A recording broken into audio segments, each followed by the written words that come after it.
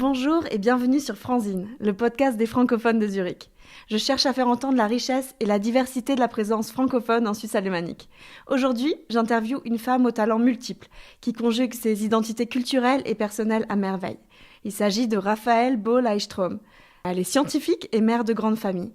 Donc voyons ensemble le chemin qui l'a menée à Zurich et son avis en tant qu'épidémiologiste, ses analyses de cette période délicate que nous traversons.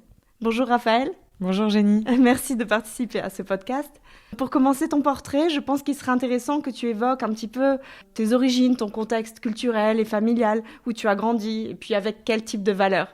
Oui, je suis Raphaëlle, j'ai grandi en Alsace en fait. Et c'est vrai qu'en habitant à Zurich, j'ai l'impression que je viens de la région. Donc j'ai grandi là-bas jusqu'à mes 18 ans. Je viens d'une famille dont mes deux parents sont magistrats. Donc j'ai été élevée un peu dans les valeurs de la République, de la démocratie, du partage, du devoir aussi, des idéaux de justice évidemment et d'intégration dans la société. Mon père est champenois, ma mère est née au Maroc. Elle a immigré dans les années 60, 70 en France. Elle y a suivi des études de droit. Et c'est comme ça qu'elle a rencontré mon père. Voilà, je pense que ça me situe un petit peu. Absolument. Et toi-même, est-ce que tu peux raconter ton cursus d'études, donc, les spécialités que tu as choisies et en quoi ce chemin scientifique t'a destiné un petit peu à l'expatriation ? Ma mère est née au Maroc, est venue en France. Elle était féministe, pas par militantisme, mais vraiment par essence. Donc, elle a incarné pour moi cette fille d'immigrés naturalisée et qui est allée chercher l'éducation française. La faculté, elle a fait les cours du soir et ensuite elle est devenue magistrat. Donc ça, c'est quelque chose qui m'a encouragée beaucoup à faire des études poussées. Mon père aussi a fait les mêmes études. Petite fille, moi, j'aimais bien mélanger les choses, les savons, les cosmétiques, les crèmes. Un jour, j'ai dit à ma mère, « Maman, je vais être esthéticienne. » Elle m'a regardée et puis elle m'a dit... Bah écoute, le mieux c'est de faire pharma. Alors je me suis lancée dans des études de pharmacie. Je dirais pas que c'est une aspiration comme ça qui m'était venue. Je pense que c'est aussi... elle m'a encouragée juste dans cette voie. Et puis moi, j'étais assez ouverte à plein de choses. Donc je m'y suis lancée. C'est quelque chose que j'ai pas regretté parce que les études de pharmacie en France, elles sont extraordinaires, elles sont pluralistes, elles sont multiscientifiques. On aborde tout. On aborde la biologie cellulaire, la chimie, l'anatomie, la génétique, la botanique. C'est vraiment des études très complètes qui ont vraiment fait de moi une scientifique. Ça, je l'ai vu dans ma carrière que cette formation-là, elle m'a énormément apporté. T'as passé le concours de médecine, du coup, la première ? Non, c'était les concours de pharmacie directement. J'ai jamais essayé d'être médecin. J'ai jamais voulu... je savais que c'était pas pour moi. J'avais envie d'autre chose. J'avais d'autres aspirations. Il y a rien de mieux. Moi, je voyais pas la médecine et la pharmacie avec un rang. L'un est meilleur que l'autre. Absolument. J'ai pas tenté d'être médecin. Je voulais absolument être pharmacien depuis le début.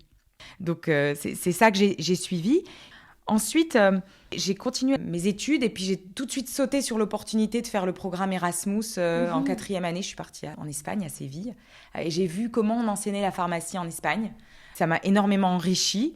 J'ai aussi sauté sur les expériences internationales. Ça, c'est quelque chose. Je suis partie au Canada pour un stage au cours de mes études. Et puis ensuite, j'ai fait un master à Londres, à la London School of Hygiene.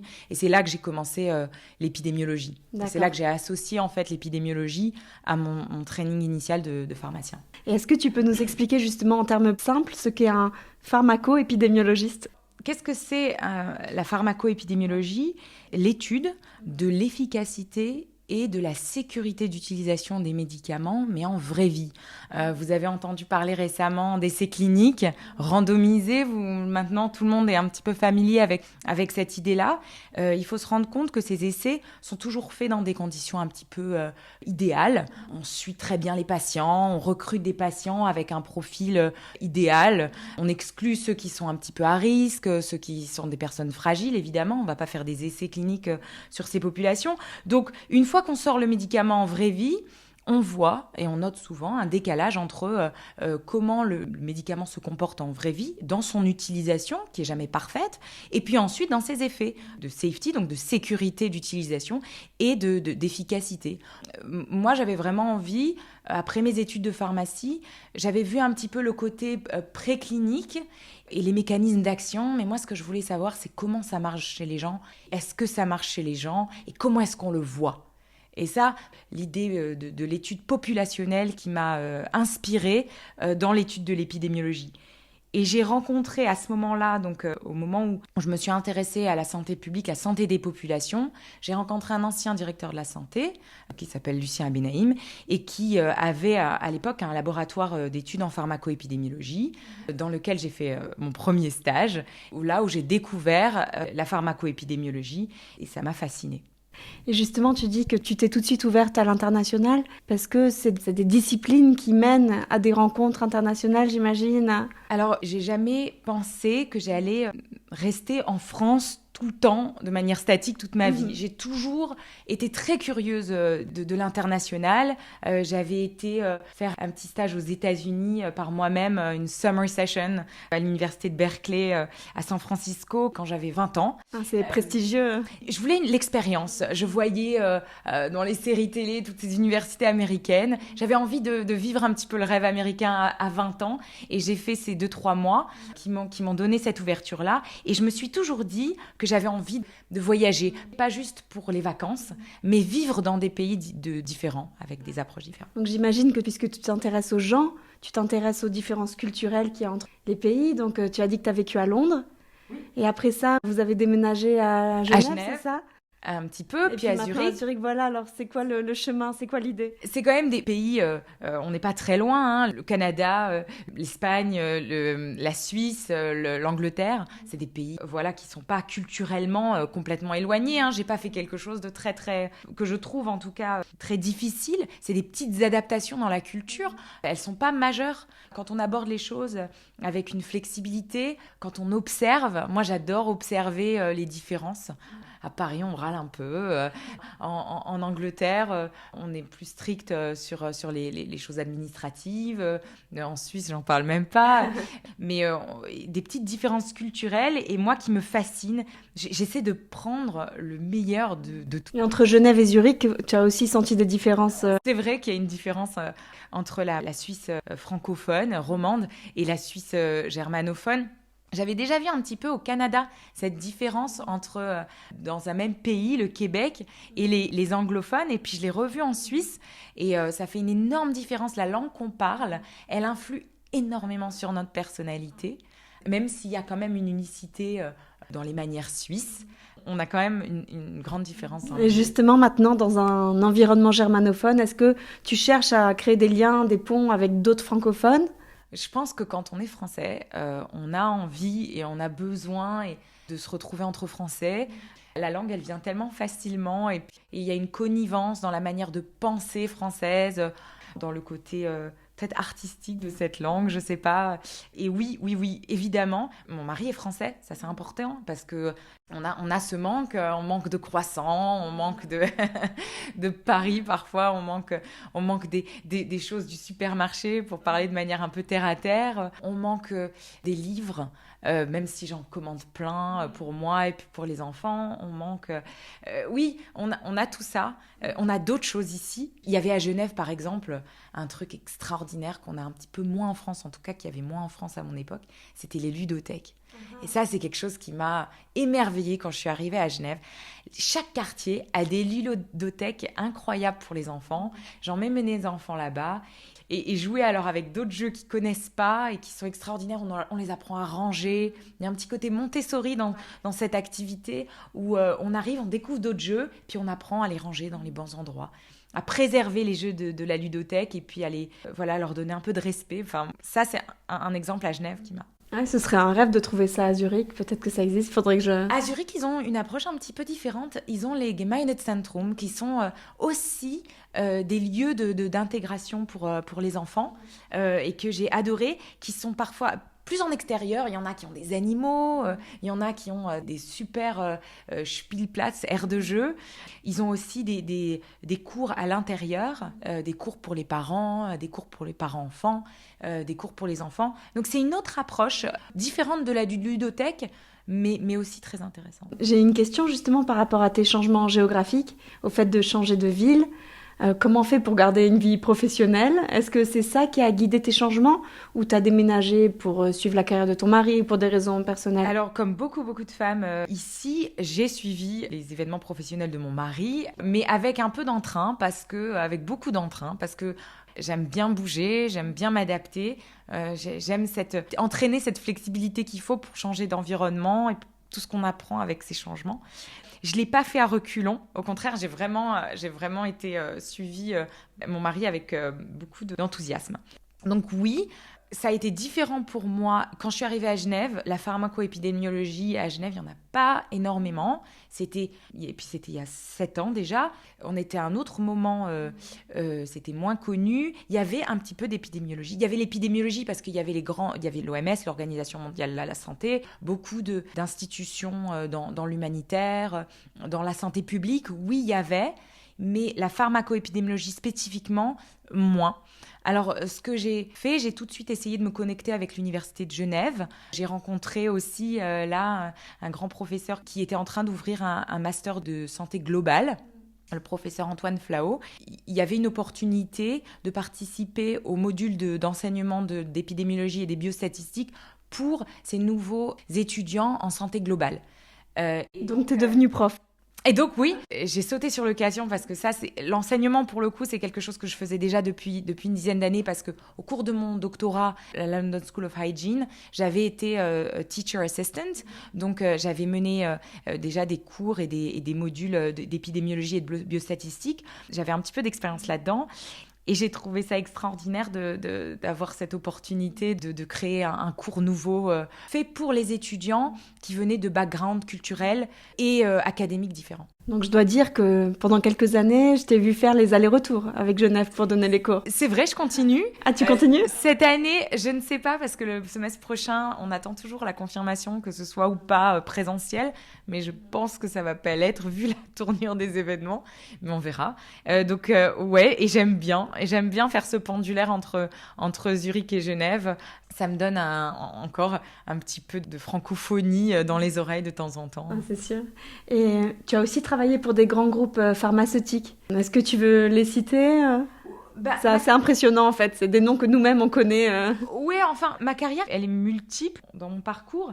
J'ai été à l'université, donc après mon doctorat. J'ai aussi passé quelques mois même en agence de santé à Londres. J'ai ensuite été dans des agences de consultants intensifs. On appelle ça CRO, Clinical Research Organization, qui aide en fait les labos dans des domaines très spécifiques. Quand les labos n'ont pas, quand ces entreprises pharmaceutiques n'ont pas vraiment les compétences en interne. C'était le cas de la pharmacoépidémiologie il y a 10 ans. Il y avait très peu de labos qui avaient des pharmacoépidémiologistes à l'intérieur. Ça a beaucoup changé. J'ai travaillé à l'université de Zurich où j'ai travaillé sur les rapports d'effets secondaires spontanés qui sont très en vogue aujourd'hui. Et ensuite, j'ai fait le pas pour conseiller les entreprises pharmaceutiques dans leurs études de phase 4 pharmacoépidémiologiques où on va regarder l'efficacité ou plutôt plus souvent aujourd'hui la sécurité d'utilisation des médicaments une fois qu'ils sont donnés dans la population.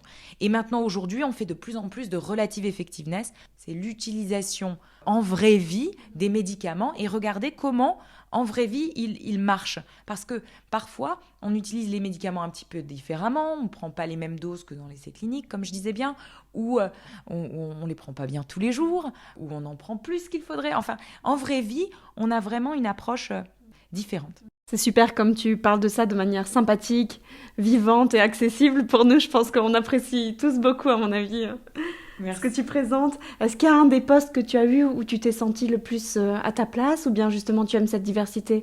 Est-ce que tu as besoin d'être dans un groupe où tu te sens aligné avec tes valeurs, les valeurs dont tu as parlé au début? Pour moi, c'est fondamental, ouais.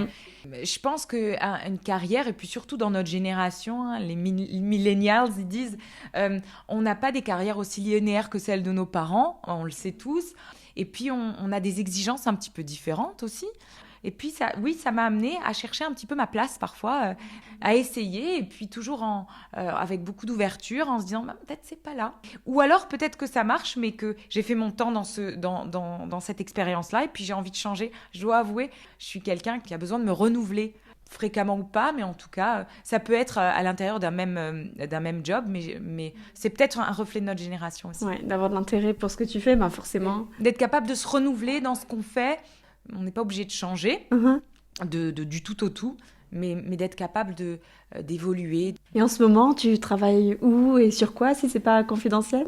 Je travaille dans une entreprise pharmaceutique comme consultante. Maintenant, ils ont ouvert des pôles de pharmacoépidémiologie ou qu'ils appellent Real World Evidence. Beaucoup d'entreprises pharmaceutiques, pas toutes, celles qui ont une taille assez importante, ont à l'intérieur des experts qui les conseillent sur les meilleures méthodes et puis la meilleure manière d'analyser les données médicales dans la population. Il faut savoir qu'aujourd'hui, on en parle beaucoup, notamment dans la crise actuelle. Tout le monde pense que c'est facile et puis on a l'impression que tout le monde est devenu des experts en analyse des données de santé, mais mon parcours m'a appris qu'il faut énormément d'expérience et que chaque analyse est nouvelle, que les données, a priori, souvent, ne révèlent pas, je dirais, la vérité ou ce qu'on veut en savoir. Et qu'il faut aller un petit peu plus loin dans l'analyse des données qu'on a pour être capable d'en sortir l'information qu'on veut, ou la vérité, en tout cas. Et j'imagine que c'est aussi un domaine où il faut du temps et pouvoir donner de la perspective aux résultats. Évidemment, il faut toujours un petit peu de temps, mais même en temps réel, il faut savoir analyser les données. On ne peut pas sortir des chiffres comme ça, du chapeau, et puis leur donner des interprétations échevelées ou immédiates. Il faut réfléchir, il faut les voir dans son ensemble. Et moi, c'est mon métier, ça fait 15 ans que je l'exerce, et donc on peut pas s'improviser de ce métier-là. Absolument, c'est clair. J'imagine que pendant tes études, il n'y avait pas beaucoup de femmes autour de toi. C'est peut-être l'idée que j'en ai, en tout cas, que dans le domaine scientifique, poussé et précis, il y a moins de femmes. Est-ce que ça t'a motivé encore plus à en vouloir en prouver encore plus, ou bien au contraire, c'était pas une question? Est-ce que ça t'a donné des forces supplémentaires, ou est-ce que ça t'a donné des doutes, des incertitudes? Eh bien, en fait, non, il y avait énormément de femmes dans mon métier. Il y a eu beaucoup de femmes dans mon métier depuis que j'ai commencé. Moi, en pharmacie déjà, il y a quand même pas mal de femmes.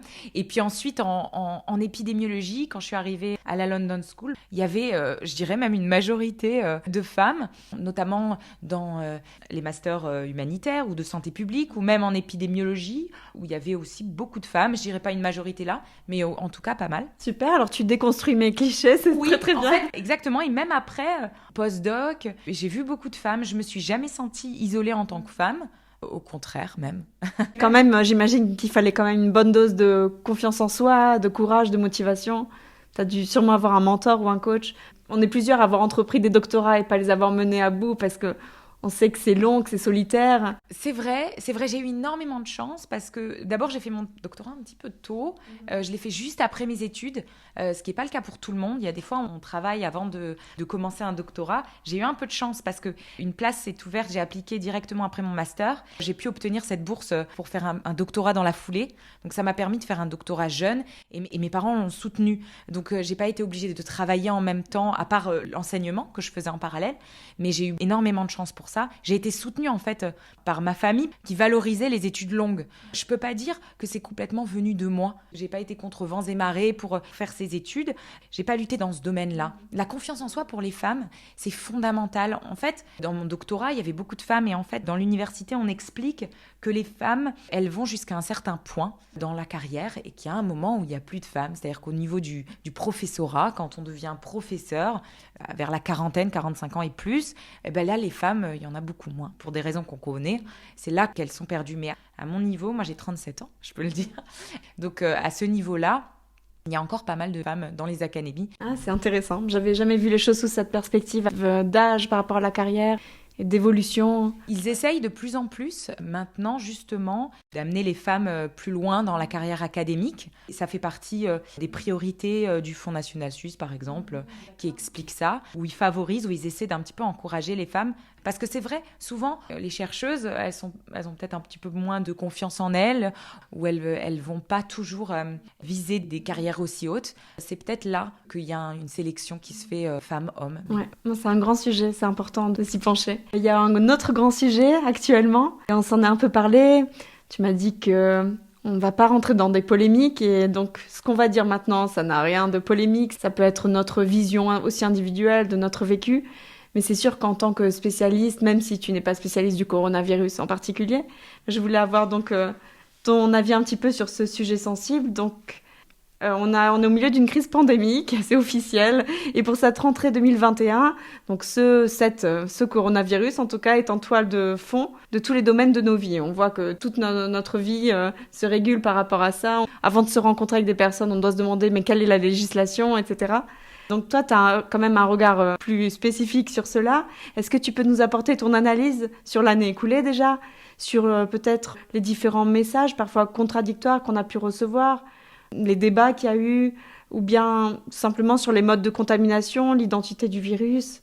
En fait, c'est une bonne question parce que moi, quand cette épidémie a émergé, c'est vrai que vu que ça fait un certain nombre d'années que j'ai fait mes études en épidémiologie et que je suis dans le milieu, c'est quelque chose auquel on s'attendait. Il n'y a pas un épidémiologiste, dans la London School of Hygiene, tous les cours d'entrée et de sortie et les cours magistraux sont ponctués de le jour où il y aura une grande épidémie, une pandémie. Dans la formation d'un épidémiologiste, ça fait partie des choses dont on a conscience. Maintenant, c'est vrai qu'on y a cru pour H1N1, on y a cru pour le SARS, le MERS.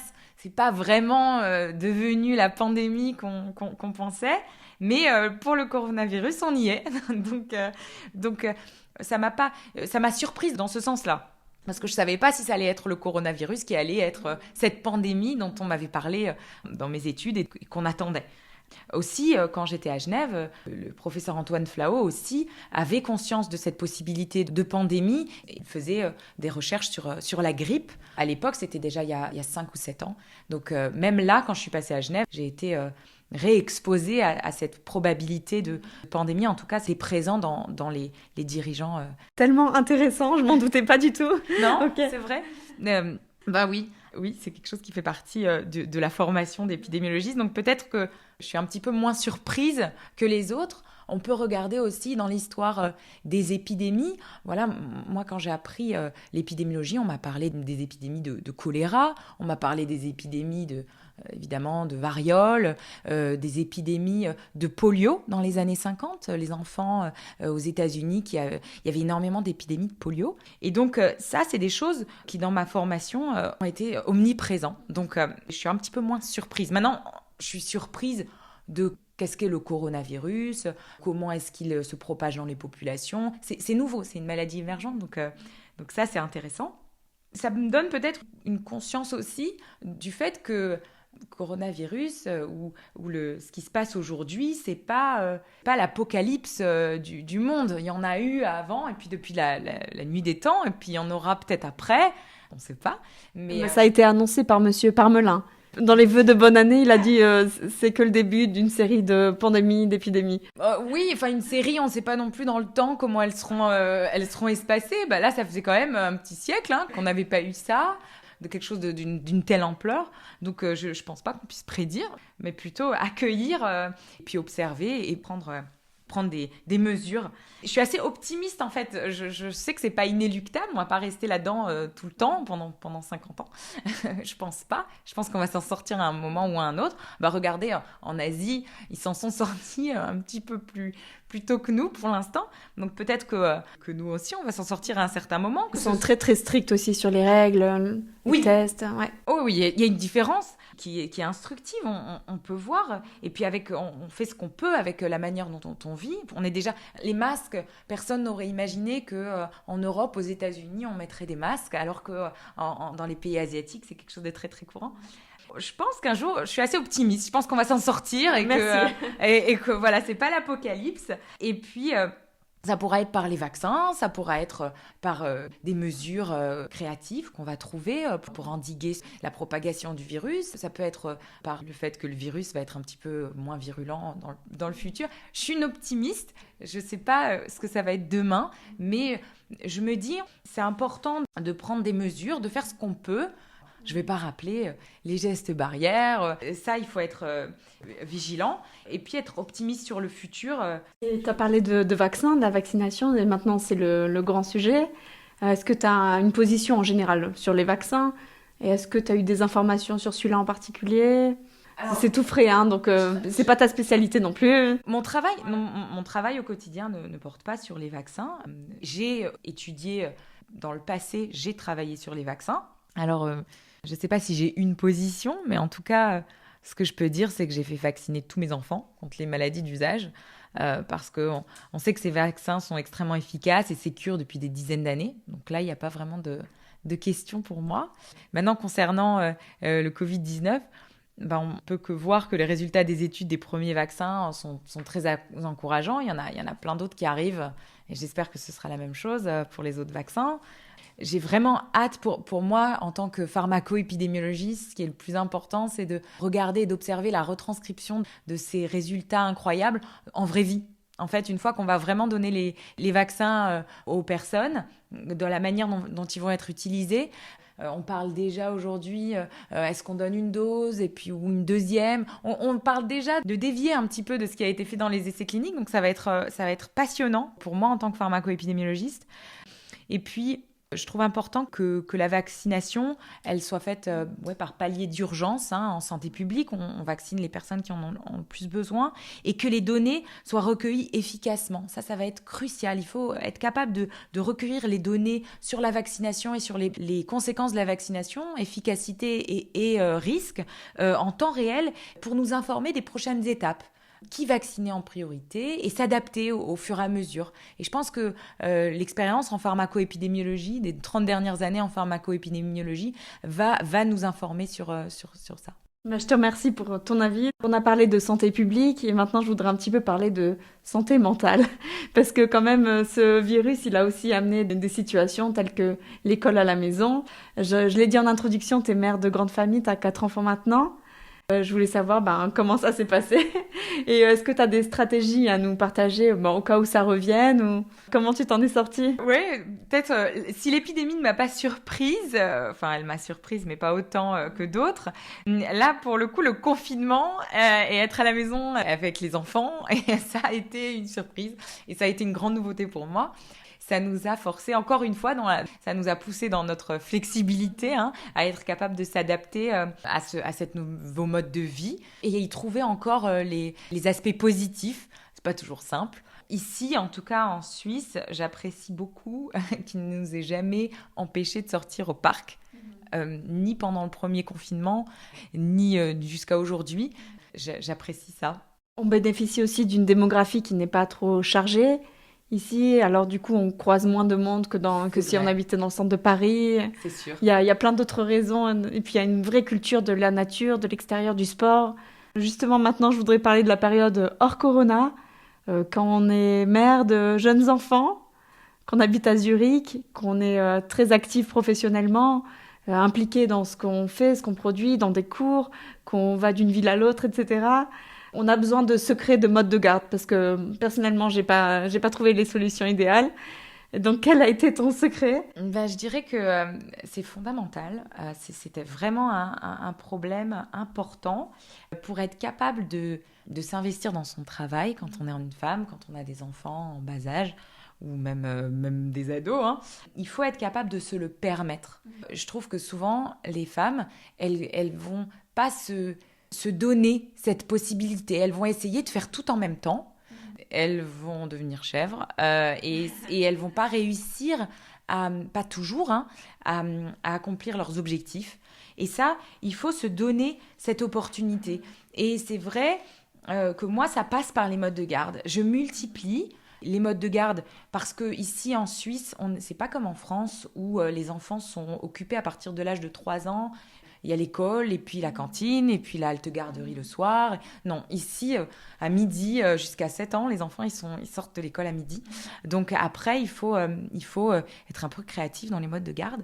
Moi, j'utilise tout. Les groupes de jeux, quand les enfants sont petits, le pré-kindergarten, évidemment, l'école primaire, la cantine. Et j'ai aussi une nanny qui s'occupe des enfants après l'école. Pour moi, c'est important d'avoir un réseau d'aide.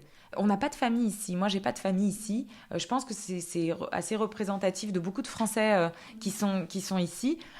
On n'a pas toujours les appuis familiaux. Ici en Suisse alémanique, je ne sais pas, aussi peut-être dans le reste de la Suisse, ils s'appuient beaucoup sur les grands-parents aussi. Il y a une culture des grands-parents qui est très très belle, en France aussi parfois. Mais quand on est expat ou quand on n'a pas sa famille ici, je pense que pour être capable de s'investir dans son travail et accomplir ce qu'on veut accomplir, il faut s'en donner les moyens. Toi, tu vois aussi l'éloignement de ta famille ou ce fait de l'expatriation quand même comme un frein, quelque chose qui te manque? Ou bien est-ce que tu vois aussi que ça t'a apporté une certaine indépendance, une force? Les deux, évidemment. Les deux, ça apporte cette... Quand on est dedans et qu'on doit tout faire tout seul, l'indépendance et la fierté, c'est pas toujours ce qu'on voit en premier, c'est après coup qu'on est fier, mais quand on est au milieu de ça, on préférerait juste avoir de l'aide. Et j'ai décidé, comme je disais, même si économiquement c'est un investissement, vraiment, c'est le bon terme, dans de l'aide. Donc pour être capable de me focaliser sur mon travail entièrement quand je dois le faire et de m'arrêter, et ensuite je peux m'occuper de mes enfants quand j'ai arrêté après ça. Vraiment, ce que je dirais, n'essayez pas de tout faire. À une femme qui veut essayer qui a des enfants et puis qui veut réussir ou aller en avant dans sa carrière, soyez, je dirais, indulgents avec vous-même. Non, on ne peut pas et garder les enfants et travailler sur un papier et faire à manger et avoir une maison propre et accueillante en même temps. Je dirais même, soyez stratégique. Avoir une vision à long terme de son développement personnel, de sa carrière. Il y a vraiment des stratégies à adopter. Prioriser. Et puis, même si j'investis, comme je disais, je me dis, c'est pas grave, c'est dans un parcours de carrière. Les enfants, ils sont petits pendant une petite période. Et c'est peut-être une période où, en effet, économiquement, ça va pas toujours faire sens de travailler. Parce que finalement, est-ce que je serais pas économiquement dans la même situation? Ça peut être décourageant. C'est toujours des questions qu'on se pose, mais je trouve que personnellement, ça vaut le coup. Parce que même si on n'a pas cette gratification immédiate, en fait, on l'a au fur et à mesure du temps. Parce que quand on ne sait pas trop arrêter, on peut s'arrêter aussi. Mais quand on a évolué un petit peu, même si on évolue plus lentement, quand les enfants sont grands, qu'ils vont tous à l'école, on retrouve le chemin et le fil de sa carrière. J'aimerais bien pousser un petit peu le chemin sur l'introspection de ton identité française. Déjà, est-ce que tu te définis encore comme française ? Qu'est-ce qui en toi est irrémédiablement français ? Bon, à part les goûts de l'enfance, la Madeleine de Proust dont on a parlé avant. Et à quel point tu transmets cette francophonie, cet esprit français à tes enfants ? Comme je vous l'ai dit, moi et mon mari, on est français. Donc c'est vrai qu'on est assez attachés à cette culture-là. Les enfants, ils ont le maillot de l'équipe de football de France. Donc, il y a toutes ces choses-là. On suit un petit peu la situation en France aussi. On suit en Suisse, mais aussi en France. On sent quand même encore français. Les enfants, on essaie de développer un maximum leur langage. Ils sont dans des écoles suisses. Ça, c'est un vrai problème. Et c'est un vrai challenge. C'est-à-dire qu'ici, à Zurich particulièrement...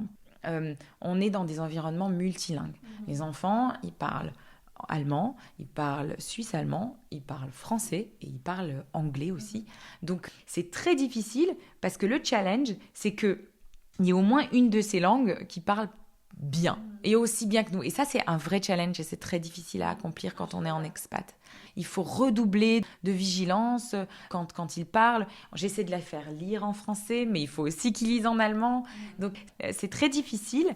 Il faut essayer quand même de se rendre compte, de se projeter dans l'avenir, de savoir qu'est-ce qui va être le plus important pour nous et pour eux. Et choisir peut-être une langue où on va vouloir qu'ils soient... Toi, la transmission, elle est sur la langue. Elle est d'abord sur la langue. Et puis ensuite, évidemment, culturellement, on part en vacances souvent en France. L'année dernière, on était dans le Périgord. Voilà, on fait vraiment... Ils ont un grand-père qui leur parle de l'histoire de France. Donc oui, c'est important pour moi de garder cet aspect de notre culture. Tu as dû remarquer, on entend de plus en plus parler français à Zurich. Le flux de francophones arrivant ici ne fait qu'augmenter. Si tu es un petit peu sur les groupes Facebook, on voit presque tous les jours des demandes, comment on fait pour travailler en Suisse, etc. On voit qu'il y a un vrai attrait quand même. Selon toi, cette expatriation francophone, française, belge, etc., qu'est-ce qu'elle peut apporter à la société suisse de ce que tu en vois? Quelle serait ton analyse? À quoi ils doivent faire attention aussi en arrivant ici pour que ça se passe bien? Alors, qu'est-ce qui pourrait apporter à la société suisse? Ici, en Suisse, on est quand même un mix de plein d'autres cultures. Les Français, peut-être une petite dose d'indiscipline. C'est un des aspects. Alors, à quoi faire attention? Ben, vraiment, il faut faire attention aux flashs. Flash des radars dans les rues. Parce que ça c'est une chose qui est très importante quand on arrive en Suisse. On se fait flasher. Alors, la tolérance, elle est de 2 km/h au-dessus de ce qui est affiché. Moi, je reçois souvent, enfin pas souvent, plus maintenant, mais au début, j'avais 1 kilomètre au-dessus de la moyenne. Et donc, non, il faut vraiment s'adapter à une rigueur. Et ça, on n'est pas habitué en France. Et en fait, au début, on est révolté. Et après, on l'apprécie. Donc, j'aimerais aussi dire ça. Quel conseil, si tu pouvais parler à la Raphaël qui est arrivée il y a quelques années en Suisse et à Zurich, quel conseil tu te donnerais? Ouais, la flexibilité, la tolérance à la flexibilité, le fait de peut-être avoir un petit moment d'observation sans jugement. Et juste de se laisser surprendre par les bonnes choses aussi que ça peut nous apporter.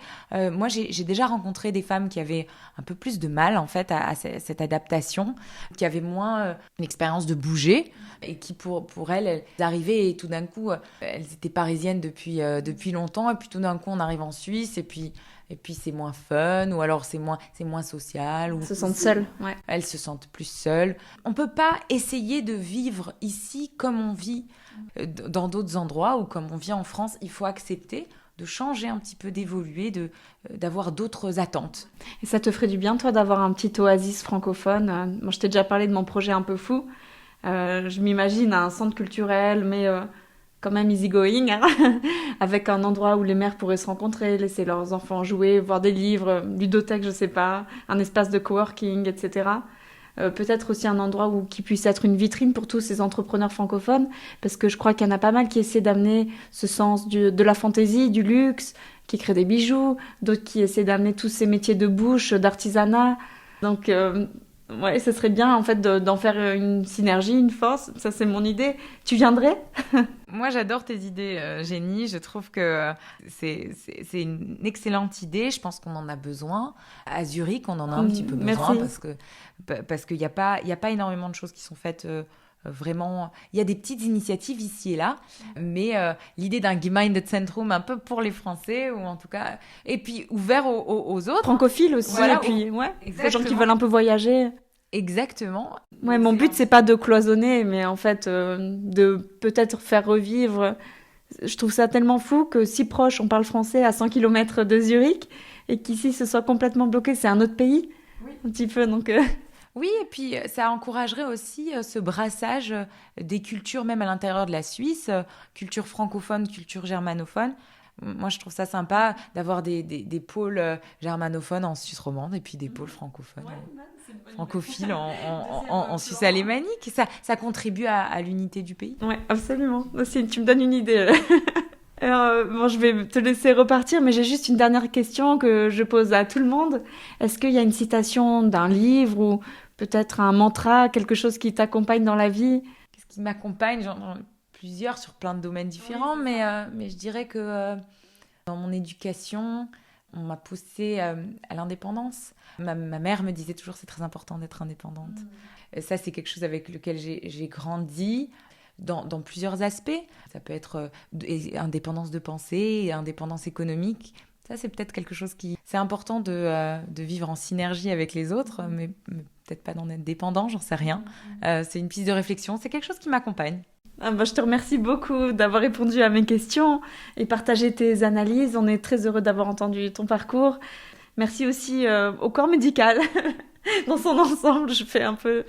je fais ma journalisme et merci de nous maintenir notre qualité de vie. Je pense que la découverte de chemins personnels éclaire beaucoup les auditeurs et autres expatriés sur les possibilités à explorer, ouvre le spectre des modes de pensée que l'on peut adopter.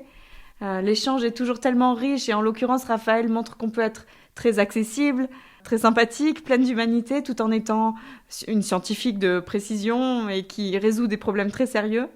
Raphaël, pour moi, elle dépasse plusieurs codes et fait manifestement preuve d'une grande force de caractère. Moi, ça me laisse songeuse.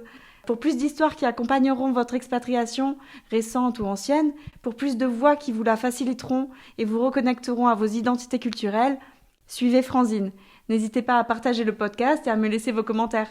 Et si vous aussi vous voulez y participer à cette solidarité francophone qu'on essaie de créer, écrivez-moi. C'était Jenny Rachel. À bientôt!